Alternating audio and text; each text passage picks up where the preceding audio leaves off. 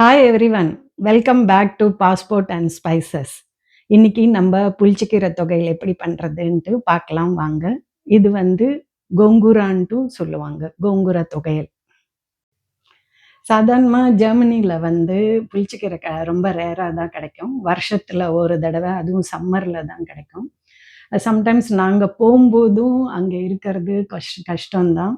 So இந்த தடவை நாங்கள் போகும்போது மியூனிக்கு போகும்போது புளிச்சக்கீரை எங்களுக்கு கிடைச்சிது.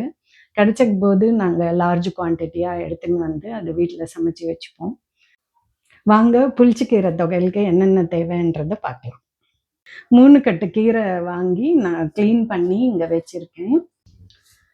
கடுகு, வெந்தயம், மிளகா, பெருங்காயம், உப்பு, நல்லெண்ணெய், மஞ்சள். இது நல்லெண்ணெயில் பண்ணாதான் நல்லாயிருக்கும். ஃபஸ்ட்டு இந்த புளிச்சக்கீரை தொகையலுக்கு தேவையான பொடியை நம்ம இப்போ அரைச்சி வச்சுக்கலாம். அதுக்கு வெந்தயம் 2 ஸ்பூன் போடுறேன். போட்டுட்டு ஃபஸ்ட்டு கொஞ்சம் நம்ம இது ஹாஃப் த வே கொஞ்சம் செவக்க வர வரைக்கும் வறுத்து எடுத்துக்கலாம். மிதமான தீயை வச்சுக்கணும். ஹையாக வச்சா சீக்கிரமாக அது தீஞ்சு போகும்.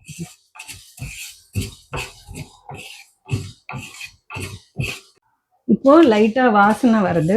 இந்த ஸ்டேஜில் நம்ம கடுகு 1.5 ஸ்பூன் போட்டுக்கலாம். இது எண்ணெய் போடாமல் நம்ம வறுத்துக்கணும்.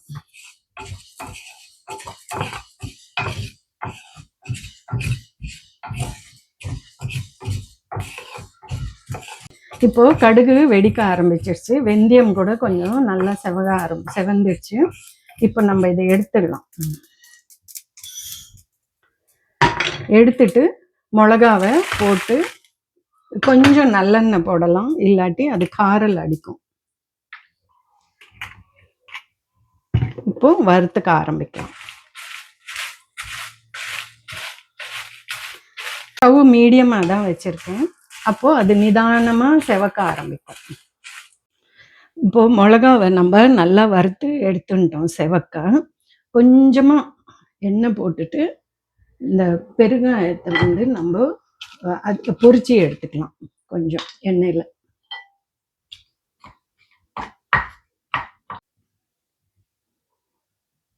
பெருங்காயம் நல்லா பொரிஞ்சிடுது. இப்போ நம்ம இதை ஆற வச்சுட்டு பொடி பண்ணி வச்சுக்கணும். சூடு நல்லா ஆறிடுச்சு. இப்போ நம்ம இது பொடி பண்ணிக்கலாம். ஃபஸ்ட்டு கடுகு வெந்தயம் பாதி அரைச்சிட்டு அதுக்கப்புறமா மிளகாவை ஆட் பண்ணி பொடி பண்ணிக்கலாம். பெருங்காயம் போட்டுடலாம். அப்புறம் மிளகாவை கொஞ்சம் கொஞ்சமாக இதில் போட்டுட்டு அரைக்க ஆரம்பிக்கலாம்.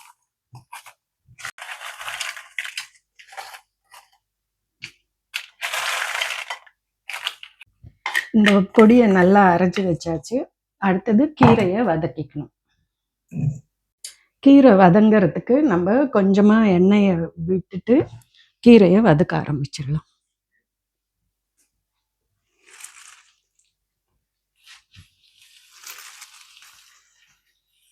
இது கொஞ்சம் கொஞ்சமாக தான் போட்டு வதக்கணும். அது வதங்க நம்ம ஆட் பண்ணிகிட்டே போகலாம். கீரையை தண்ணி இல்லாமல் வதக்கிண்டே வரணும். பாத்திரம் சின்னதாக இருந்ததுனால நான் ஒரு பெரிய பாத்திரமாக மாற்றி வச்சுட்டேன். எல்லா கீரையும் சுருங்க நம்ம வதக்கிக்கணும். கொஞ்சம் கூட ஈரம் இருக்கக்கூடாது. ஈரம் இருந்தான்னாக்கா கெட்டு போயிடும். இப்போ நல்லா சுருளாக நம்ம வதக்கிட்டோம். எங்கேயுமே ஈரப்பதம் இல்லை. இந்த ஸ்டேஜில் நம்ம உப்பு மஞ்சத்தூள் ஆட் பண்ணலாம்.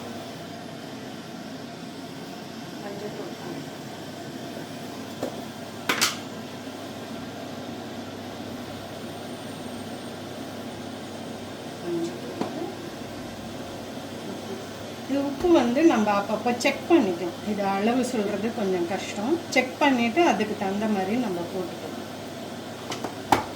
அரைச்சி வச்ச கடுகு வெந்தய பொடி இதெல்லாம் போட்டுட்டு ஒரு கலரிட்டு ஆறின விட்டு நம்ம மிக்சியில் கொஞ்சம் மையாக அரைச்சி வச்சுக்கணும்.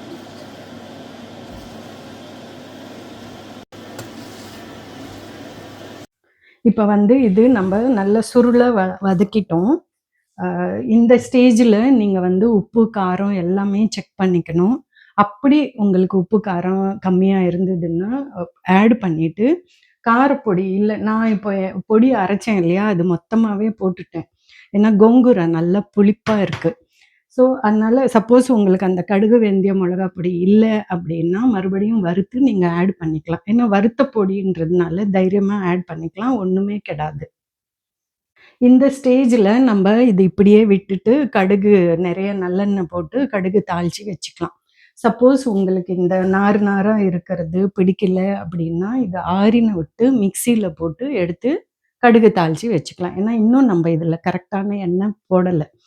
இது கொஞ்சம் ஆறின விட்டு கடுகு தாளிக்கும்போது, நான் நெறைய எண்ணெய் விட்டு உங்களுக்கு காமிக்கிறேன். நான் வந்து இப்போ இதுக்கு அ தாளிச்சு கொட்ட போறேன். நான் அரைக்கல. எனக்கு இப்படியே தான் பிடிக்கும். அதனால கடுகு தாளிச்சு கொட்டிட்டு நான் அப்படியே வச்சுக்க போறேன். நீங்க ஒரு வேள இந்த இலை இலையா இருக்கிறது பிடிக்கல அப்படின்னா, நீங்க அரைச்சிட்டு தான் தாளிச்சு கொட்டிக்கணும். இதுக்கு வந்து எண்ணெய் கொஞ்சம் ஜாஸ்தியா நம்ம ஊத்தினோம் அப்படின்னா, கொஞ்சம் ஸ்டாக் வச்சுக்கலாம் ஒரு 10, 15 நாளுக்கு.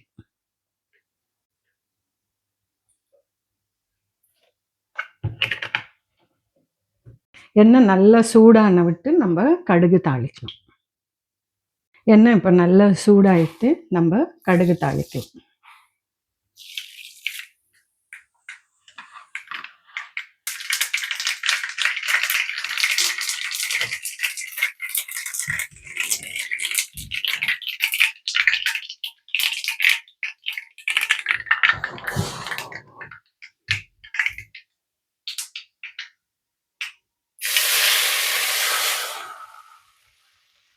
நம்ப ஊத்திட்டோம்.